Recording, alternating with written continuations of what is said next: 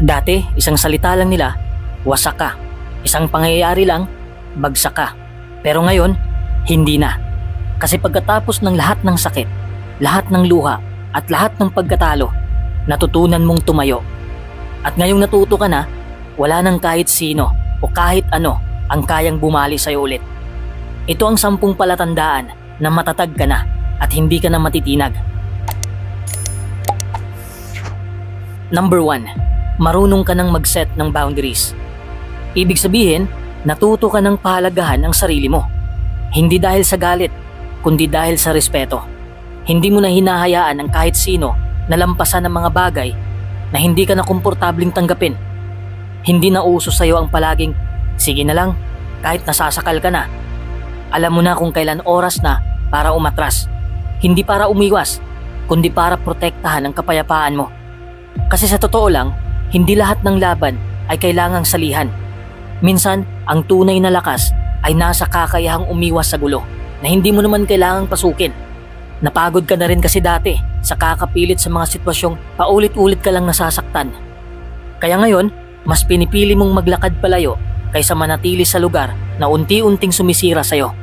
Hindi mo na kailangang ipaliwanag ang lahat. Hindi mo na kailangan ng permiso para ipagtanggol ang sarili mong space. Hindi mo na iniisip kung ano ang iisipin nila kapag sinabi mong hindi. Dahil alam mong ang totoo, ang tunay na malasakit ay hindi kailanman lalabag sa hangganan ng isang taong may respeto sa sarili. Hindi mo na problema kung hindi nila maintindihan. Dahil ang importante, naiintindihan mo na ang sarili mo. At kung dati, pilit mong pinapaliwanag ang bawat desisyon mo para lang hindi ka husgahan, ngayon alam mo na, ang opinyon nila ay hindi sukatan ng katinuan ng mga pinili mong gawin para sa sarili mo. At ang pinaka-importante, hindi mo na kinukonsensya ang sarili mo kapag pinipili mong unahin ang emotional mong kaligtasan. Kasi alam mo na, hindi ka masamang tao dahil ayaw mong malunod sa kakabigay. Isa kang taong gising na sa katotohanan na hindi lahat ng bagay kailangang palampasin at hindi lahat ng tao dapat papasukin. Kasi minsan, sa sobrang bukas mo sa lahat, ikaw ang nauubos. At ngayon, alam mo na, ang puso mo ay hindi tambakan ng problema ng iba. May hangganan ka na at may direksyon ka na rin. Hindi ka naligaw. Hindi ka na madaling hilahin pabalik sa gulo. Dahil sa wakas, pinili mo na ang sarili mo at hindi mo na yon ikinahihiya. Number 2, hindi ka na naghahanap ng validation mula sa iba. Dati, halos lahat ng ginagawa mo ay may kasamang tanong sa isipan mo. Tama ba to para sa paningin nila? Ano kayang sasabihin nila sa ginagawa ko? Pero ngayon, mas tahimik na ang loob mo. Hindi mo na kailangang i-post ang bawat tagumpay. Hindi mo na kailangan ng palakpak para maramdaman mong sapat ka. Kasi sa puntong ito ng buhay mo, alam mo na hindi mo kailangan ng pahintulot ng iba para mabuhay ng totoo. Hindi na approval ang inahabol mo, kundi kapayapaan. At yung kapayapaang yon, hindi mo matatagpuan sa mga mata ng iba, kundi sa mismong pagkatao mong pinanday ng sakit, pagtitiis at unti-unting pagbangon. Wala ka nang gustong patunayan kasi alam mo na kung sino ka at sapat na yon. Hindi mo na sinusukat ang halaga mo base sa reaksyon ng ibang tao. Hindi ka na agad natitinag kapag walang pumansin o kapag hindi ka napansin. Hindi ka na naaapektuhan ng pananahimik nila kasi buo ka na kahit tahimik ang paligid. Lalo mong pinipili ngayon yung totoo kaysa yung tanggap sa panlabas. Hindi mo na inuubos ang sarili mo para lang magmukhang tama sa paningin ng iba. Mas naiintindihan mo na ngayon na ang tunay na lakas ay hindi nasusukat sa dami ng taong pumapalakpak sa'yo, kundi sa tibay ng loob na magpatuloy kahit walang audience. Hindi mo na kailangan ng ingay ng mundo para patunayan na mahalaga ka. Kasi sa puso mo, alam mo na ang halaga mo ay hindi nakadepende sa iba. At ang pinakamaganda, mas naging magaan ang buhay. Mas naging simple kasi tinigilan mo na yung pakikipaghabulan sa mga opinyon na pabago-bago. Pinili mong maging totoo kaysa maging perfect. Pinili mong maging payapa kaysa sikat. At doon mo nahanap yung klase ng lakas na hindi kayang ibigay ng kahit sinong validation. Yung lakas na galing sa loob. Dahil dito, natutunan mong mahalin ang sarili mo sa mga imperfeksyon mo. Tanggap ang mga pagkukulang at palakasin ang mga bagay na kayang palakasin. Hindi na kailangan pang wasakin ng mga salita o kilos ng ibang tao ang pagkatao mo dahil matatag na ang pundasyon mo. Ngayong hindi ka na basta-basta natitinag, mas nakikita mo ang buhay bilang isang paglalakbay na puno ng pagkakataon, hindi hadlang. At sa bawat pagsubok, mas lalo kang lumalakas kasi alam mo, walang tao o sitwasyon ang makakapagpabagsak sa'yo muli. Number 3, hindi ka na natatakot maiwan. Dati, ang ideya ng pag-iisa ay parang bangungot, parang may kulang, parang may mali kapag wala kang kasama. Pero ngayon, natutunan mo na hindi sukatan ng halaga mo ang presensya ng ibang tao. Hindi na takot ang namumuno sa'yo, kundi kapayapaan. Alam mo na ang halaga mo kahit walang nagkukumpirma nito. Hindi mo na hinahabol ang mga umaalis dahil alam mong ang mananatili ay kusang nananatili. Hindi mo na minamadali ang koneksyon. Hindi mo na sinusugal ang sarili mo para lang mapunan ang kakulangan. Ngayon, alam mo na, ang pag-iisa ay hindi na abandonment, kundi pahinga. Hindi na ito rejection, kundi redirection. Hindi ka na nagmamadaling mapabilang dahil natutunan mong buo ka kahit mag-isa. At sa katahimikan, doon mo nakita kung gaano ka katatag. Wala nang takot, wala nang pangingimi. Kung may umalis, salamat. Kung may naiwan, pinapahalagahan. Pero ano man ang mangyari, hindi ka na mawawasak. Kasi sa wakas, hindi ka na takot maiwan. At habang unti-unti mong natanggap ang pag-iisa, mas lumawak ang mundo mo. Mas luminaw ang mga bagay na dati ay hindi mo makita kasi abala kang kumapit sa mga hindi naman talaga para sa'yo. Ngayon, kaya mo nang bitiwan ang mga bagay na hindi na nakakatulong dahil hindi ka na nangangapa sa dilim ng pangungulila. Ngayon, mas pinipili mo pa nga minsan ang mapag-isa kaysa mapaligiran ng maling tao.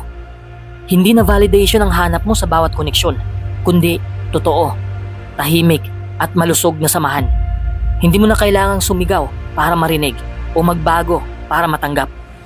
Napagtanto mong hindi kawalan ang pag-alis ng iba. Minsan nga, yun pa ang simula ng tunay mong paglago. Natuto kang makinig sa sarili mong tinig at hindi sa ingay ng mundo.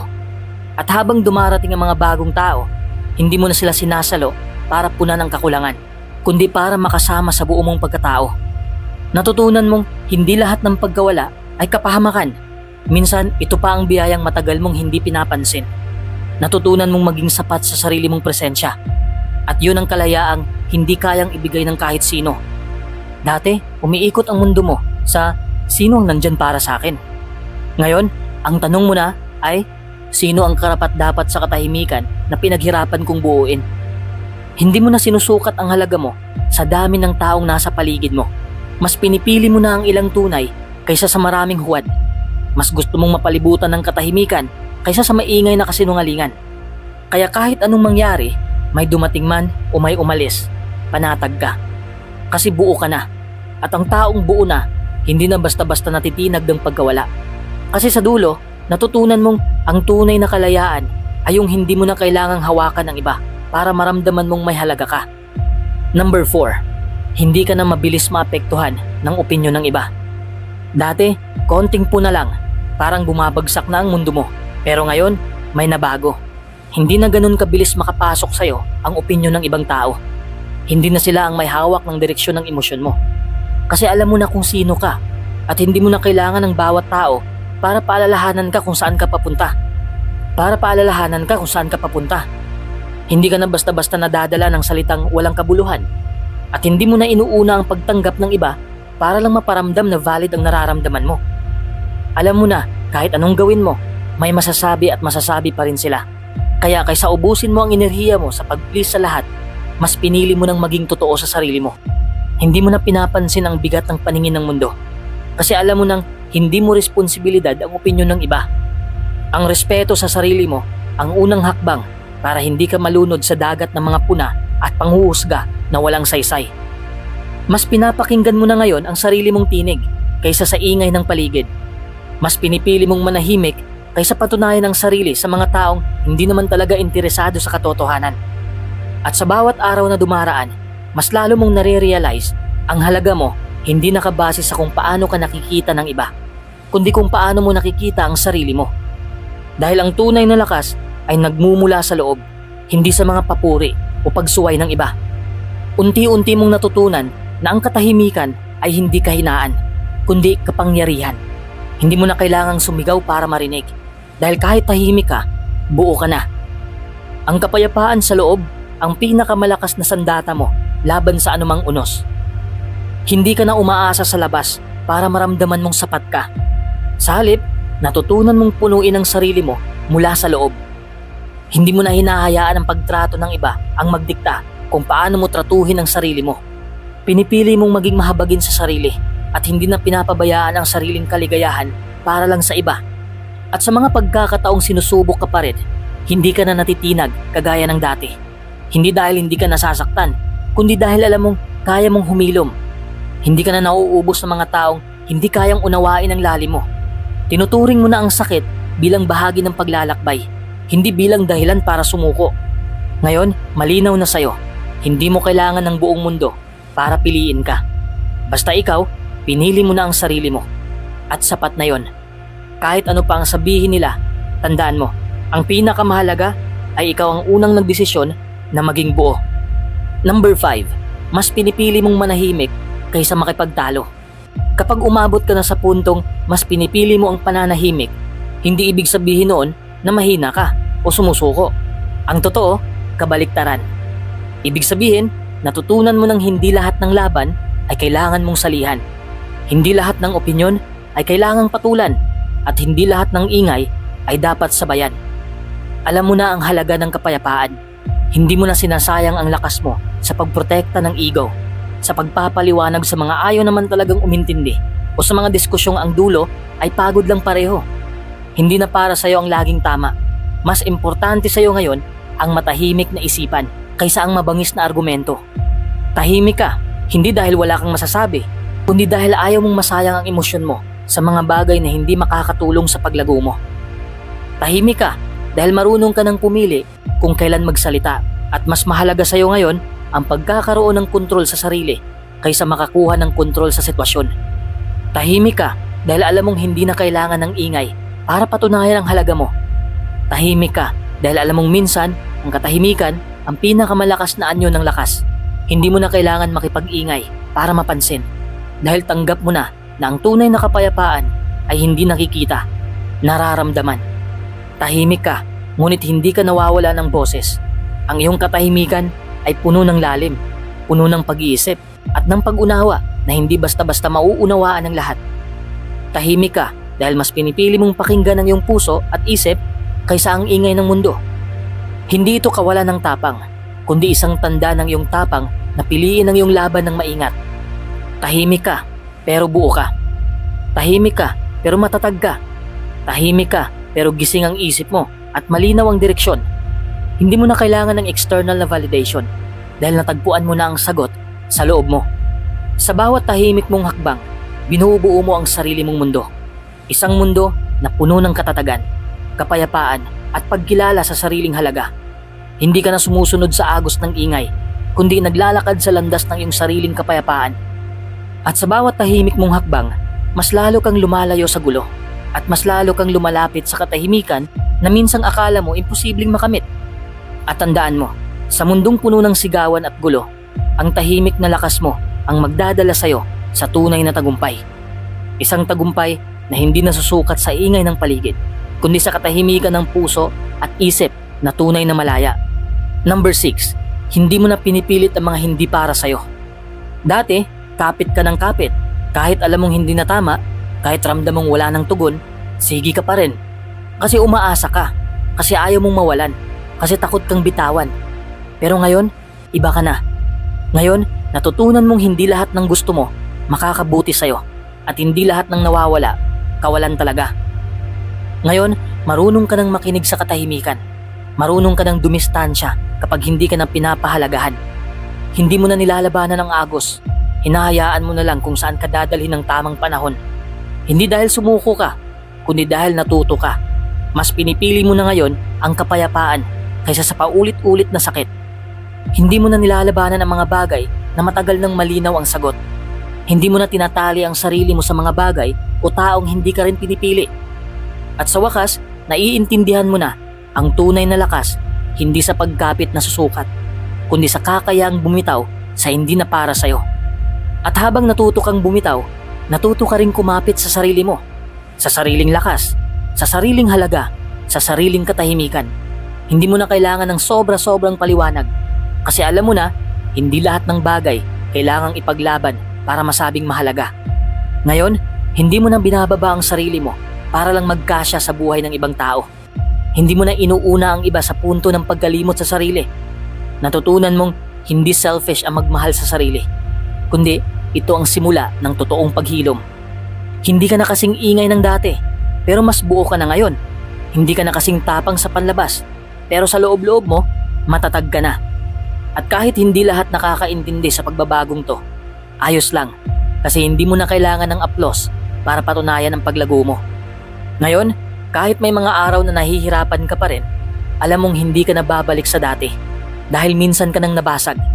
At mula roon, natutunan mong buuin ang sarili mo, hindi para sa iba, kundi para sa'yo. At dahil doon, nothing and nobody will ever break you again. Number 7. Hindi ka na nagtatago sa takot.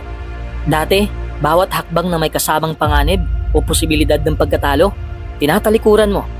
Dati, inuuna mo ang sigurado, ang ligtas, ang walang kahihiyan. Pero ngayon, iba ka na.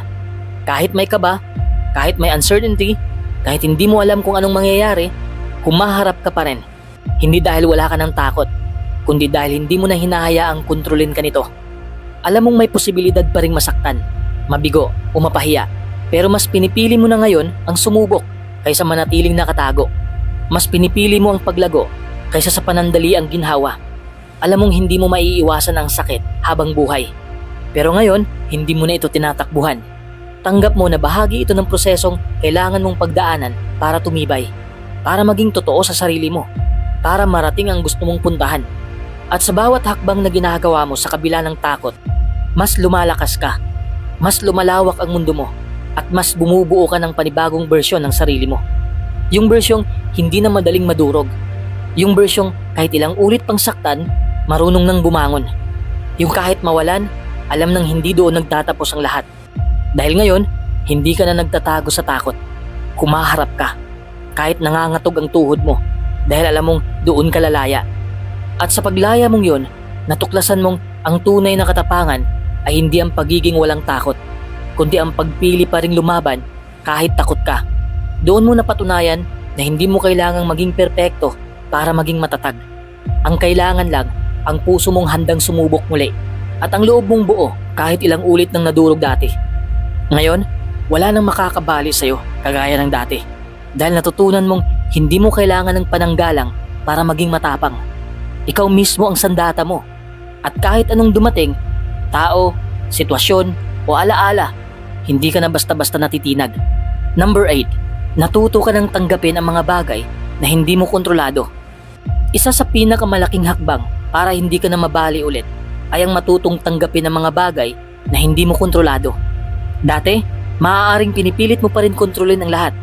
Pero habang tumatagal, natutunan mong hindi lahat ay pwedeng pilitin o baguhin ayon sa gusto mo.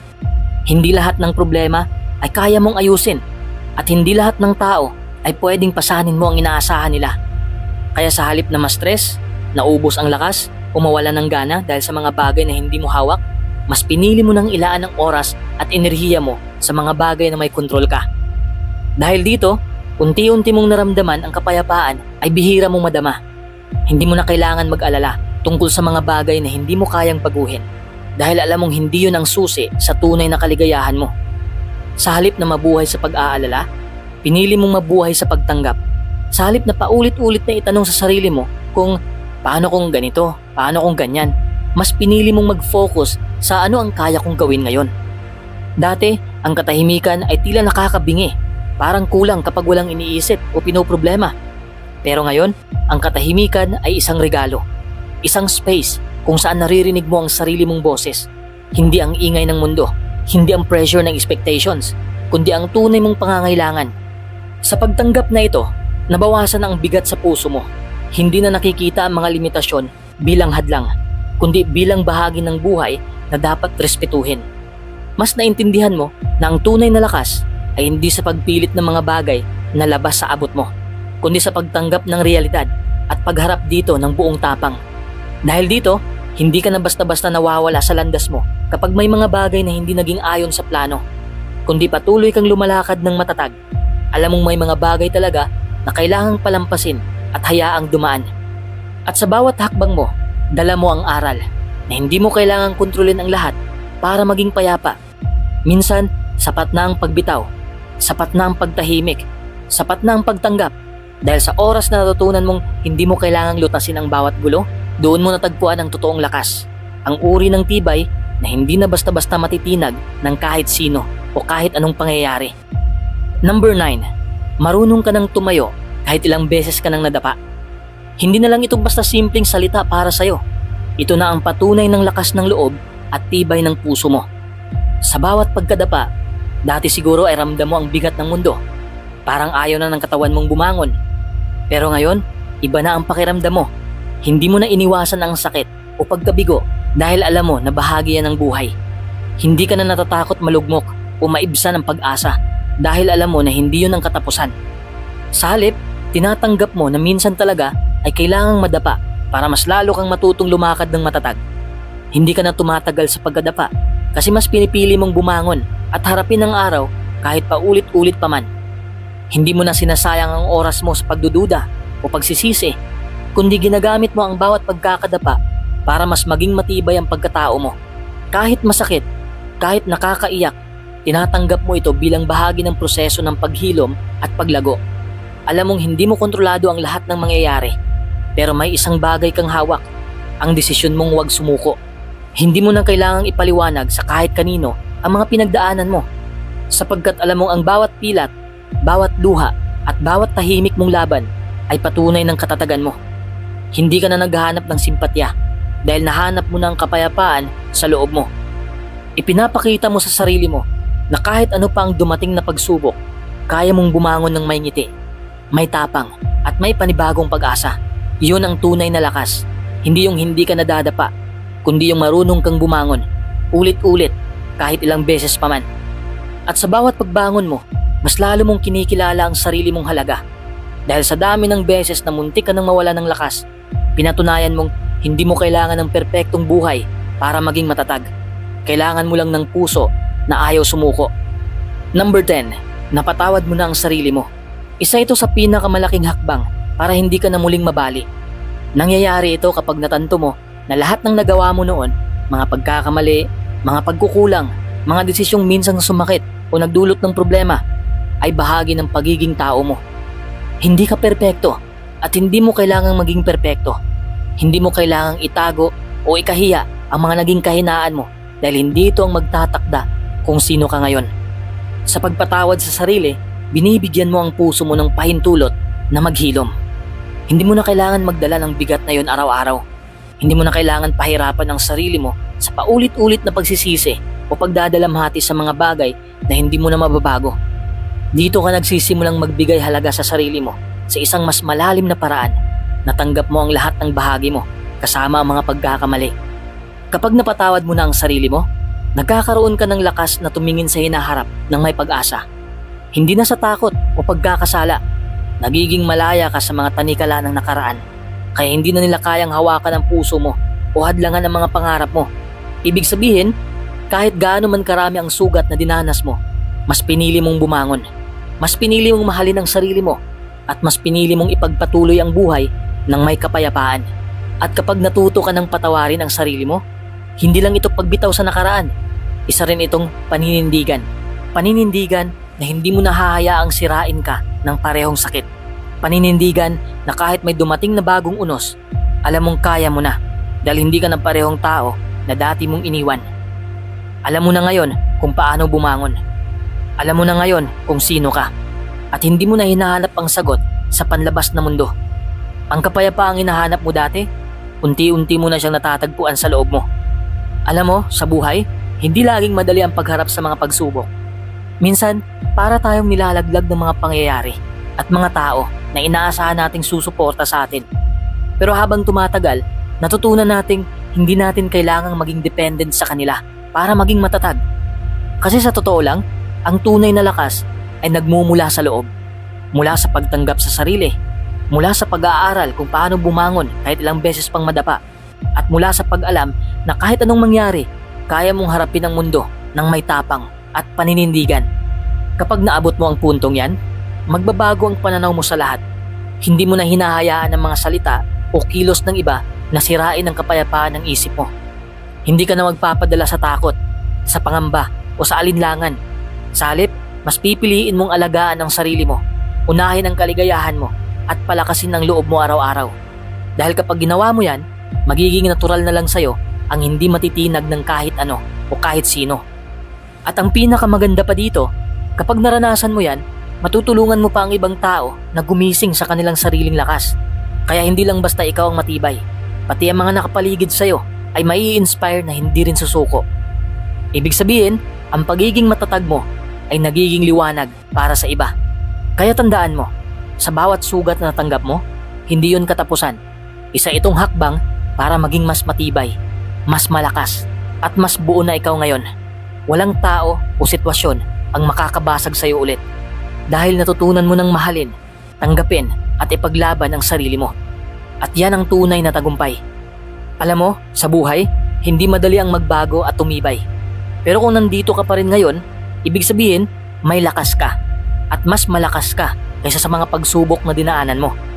Kaya tandaan mo, walang tao o sitwasyon ang kayang bumali sa'yo ulit kapag pinili mong bumangon at magpatuloy.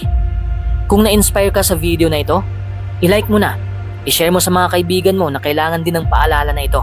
At huwag kalimutang mag-subscribe para laging may dagdag lakas ng loob na dadalhin sa araw-araw. Magtulungan tayo dito sa pagbuo ng mas matatag, mas malakas at mas panatag na sarili. Kita-kits tayo sa susunod na video.